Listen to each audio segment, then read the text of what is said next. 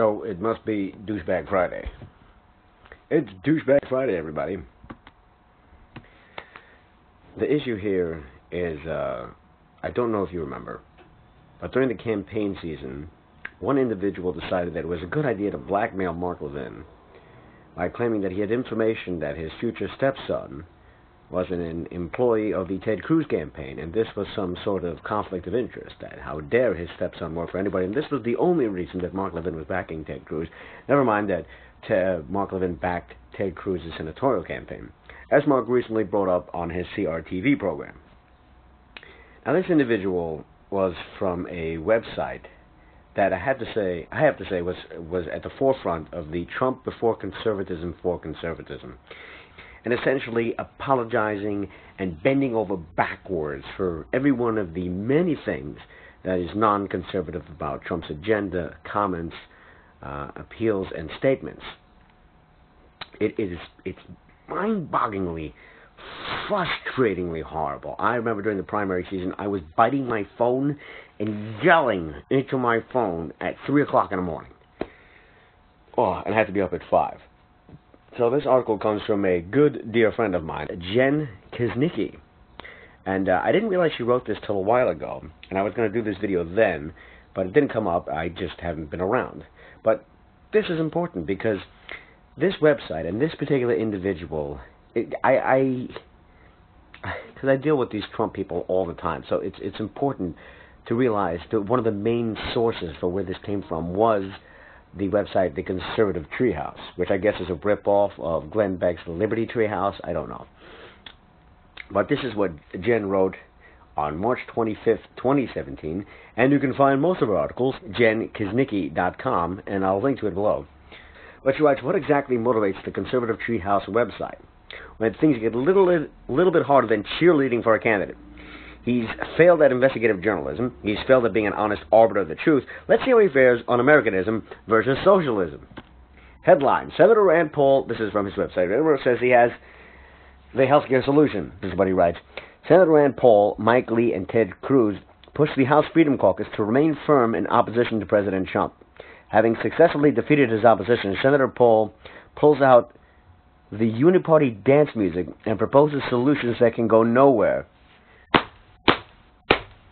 This language of uniparty to be used against someone who is trying to bring down Obamacare is so patently, angeringly absurd, it boggles the mind, and would make you, if you were reading this at 3 a.m., want to bite your phone. Let's get this straight. Obamacare, a leftist idea that no Republicans voted for, that Republicans have been fighting and voting and running on to repeal. This is how they get elected. They say, we will repeal. Presidents, congressional candidates, senators, local members of your local representatives, this is what they've been running on. We are going to repeal. The President of the United States, a supposed Republican, puts forth a plan that doesn't repeal. And the three people who stand up and say, no, we must repeal, these are members of the Uniparty?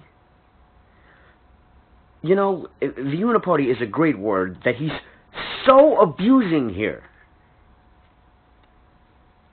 It's hard to put into words. It's really hard to put into words the retardedness that this is. Now, to break off a moment and speak about conservatism and real ideals instead of getting into the nitty-gritty of behind-the-wheels politics, the Uniparty is a concept that it's been touted by conservatives for a long time, but it is greatly put forth by William F. Buckley when he ran for mayor of New York. And he ran on the conservative line, which was then a new party line in New York, and I believe one of the few places where there actually is a conservative party.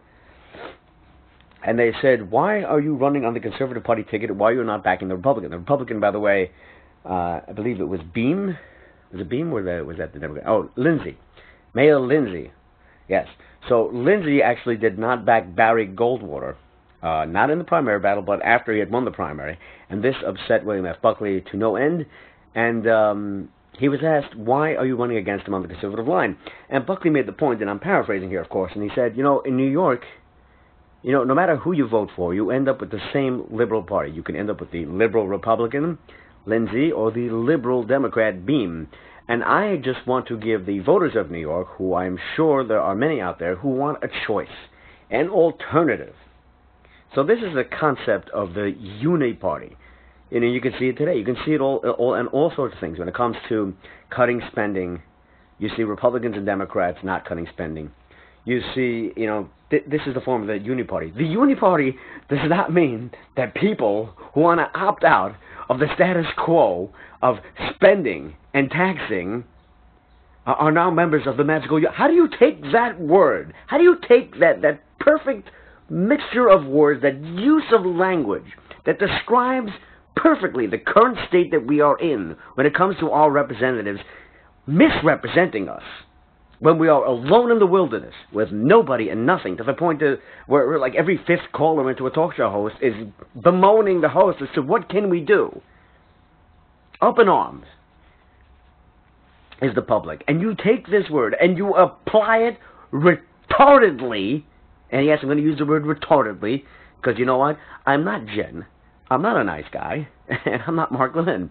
I can say many things that many of those people won't say. So this is me speaking, not Jen, who I am a fan of, but who obviously does not speak the way I do.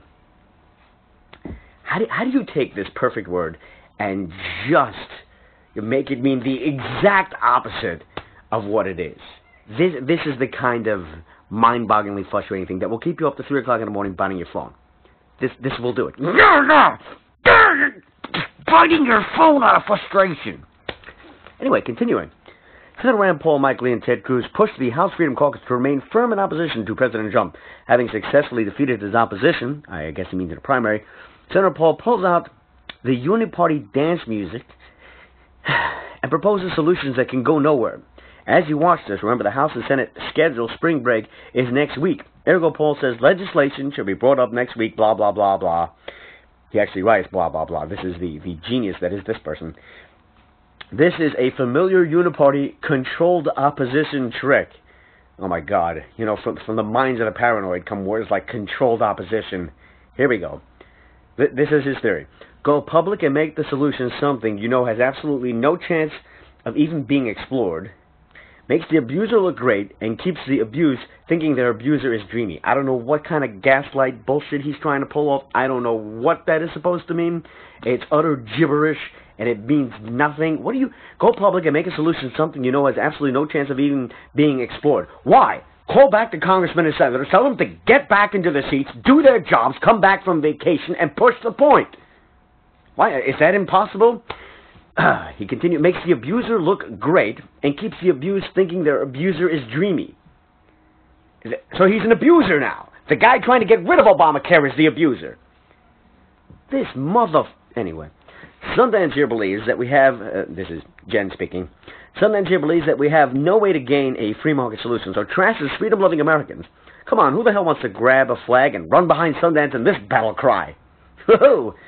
To claim the small band of conservatives are part of the so-called uniparty is absurd and makes one wonder how screwy this guy is. You notice that Sundance doesn't want liberty and won't ever fight for it. He just fights for moderate Republican endeavors. He's all for RhinoCare, that is, repeal in name only. Another one from the great website. Headline, President Trump meets with Intransigent House Freedom Caucus, the congressional #NeverTrump team. Oh, here we go. A quote from his site, earlier today, President Trump met with the House Freedom Caucus. The HFC is a group of professional electoral abusers who create battered conservative syndrome. The HFC has, or they could be the only one pushing forward a conservative agenda. The only 3 people.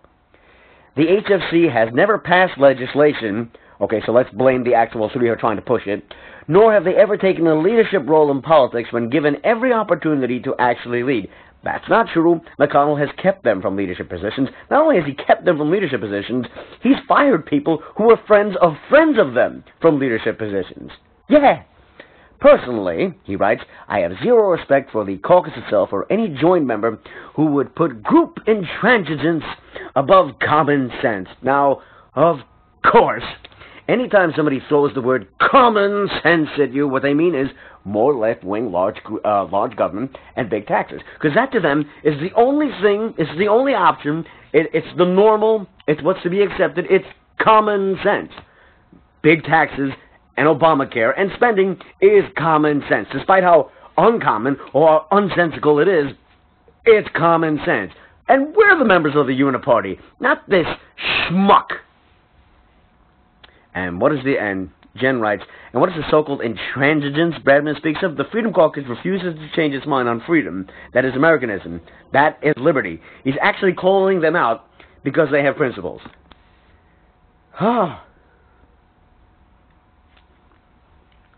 He continues.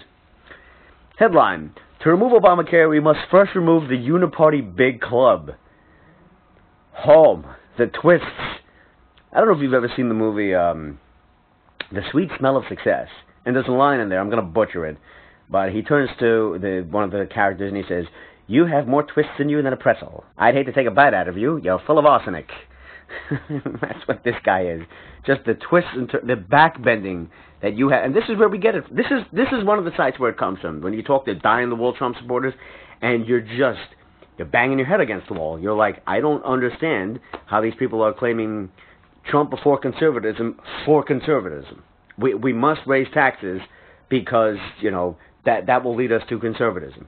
It makes no sense. We must get rid of the Second Amendment to protect it. We're repeating Bushisms now. I had to abandon the free market to save the free. Oh, great. Thanks. I'll remember that next time I'm sent to prison. I was actually sent to prison in order to keep me from going to prison. Makes sense. I don't know how you can be so hypocritical in like one sentence, but all right. Here's a headline from his website. Headline, to remove Obamacare, we must first remove the Uniparty big club, which is true, but I'm sure he's about to twist this into some really nonsensical idiocy. Here it comes, folks. Strap in, kiddies. Are you ready? Because I actually don't remember this part. I remember skimming this article, but I'm sure it's going to be frustrating. David! Get me a shotgun with a tow trigger. Thank you. Look at the upper right side of this page, and you will note the self-described affiliation of our group, the Last Refuge. That name specifically chosen because we broke away from political identity, framed around arguments of personality, frustrated because no one was focused on the real hands behind the networks. We have been fighting the big club for years. President Trump is the first political entity in our lifetime that not only comprehends the faces of the false arguments, the personalities of false choice, but more importantly, sees the architects behind the Potemkin villages represented by those facts, by the way, a line that he stole from Mark Levin. When it comes to domestic economic policies, the architects are the big club. Okay, that wasn't as bad. See, all that makes sense, minus the, Trump ass-kissing that must come with this entire website. In theory, this makes a lot of sense. How he argues against the Freedom Caucus on the same website is beyond anyone's comprehension. And Jen writes, you have to read it a couple of times so you can laugh harder. First he says something like, we here at the Last Refuge abhor the politics of personality. That's why we put Donald Trump on a pedestal, because he's so much smart. Trump has no fingerprints on this failed bill at all. It's all the Uniparty. But really, Uniparty is the Democrats and Republicans who are opposed to freedom and liberty, and who want this to pass, actually, I'll add. Bradman doesn't apparently understand this, but we can't let the truth get in the way of some massive conspiracy clickbait. We're here at the Last Refuge abhor the cult of personalities. Just like the great and unfathomable, beautiful Donald Trump. As I was saying, we must steer away from personalities of big orders who have loud mouths and tend to move audiences with big bombastic phrases. Unlike Donald Trump, the loudest man in the room, the man who sucks all the oxygen out of every room he walks into. That is the man of the future. As I was saying, we need to humbly look at the facts and the ideals and get back to Americanism. Just like Donald Trump, who is fantastic and great and glorious and big and good. We must move away from personality-driven politics, unlike Donald Trump. Headline, healthcare vote? Remember, it wasn't Republicans that elected President Trump. Oh God, he's going to make the point that we should move the party leftward. He's not a member of the Uniparty, but we should move the party leftward to make Democrats happy, so that Republicans and Democrats can just be the same team. But he wants to remind us that we have to listen to Democrats. Okay. Here he goes. Quote from the website, Intransigent Crony Con. He writes in big words, constitutional. He writes con as if they're, like leftists do. They call conservatives conservatives. Constitutional conservatives, i.e. Freedom Caucus Uniparty members, would do well to remember it wasn't just Republicans who voted to put President Trump into office. It was also Democrats and independents. Right. So these same cards, if I may use this word, who constantly complain about rhinos, Republican in name only Republicans, are now lecturing us on how we have to listen to Democrats and independents and shift the party leftward. And we're members of the Uniparty.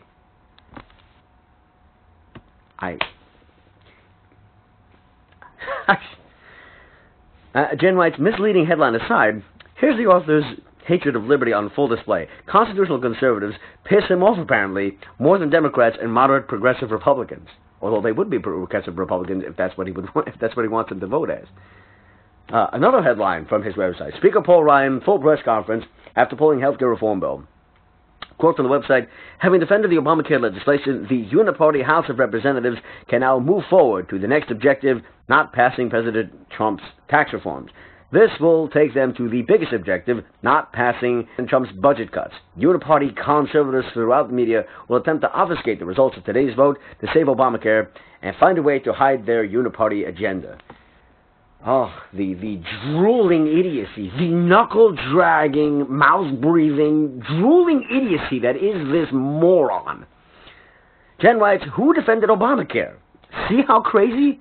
The author is standing for a bill that does not repeal Obamacare and blames people who want freedom and liberty and to repeal it, I'll add that, who know it does not repeal Obamacare for failing to pass it. The author twists himself into a pretzel in order to claim something not even Trump will say, and that is the Freedom Caucus's fault that Obamacare was not repealed. Wrong. The bill didn't repeal Obamacare. Huh. For those who are in the tank for whatever the president does at any time for any reason, Dr. Sundance delivers. But that's Dr. Sundance. But that's not how normal people think. Normal people, balanced people, take one issue at a time, figure things out for themselves, and you know what else? The American people love freedom. The failed AHCA failed because moderate Republicans didn't want to repeal Obamacare. That puts them on the side of the Democrats.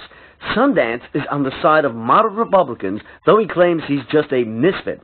He's an ideologue of the progressives who want more of your freedom taken away and want Trump to do the taking. I am pleased that not even Donald Trump wants to take our liberty, being careful not to trash conservatives after this failed bill. I wonder what the comment section is like in here. Oh, yeah, and then read the comment section to just watch the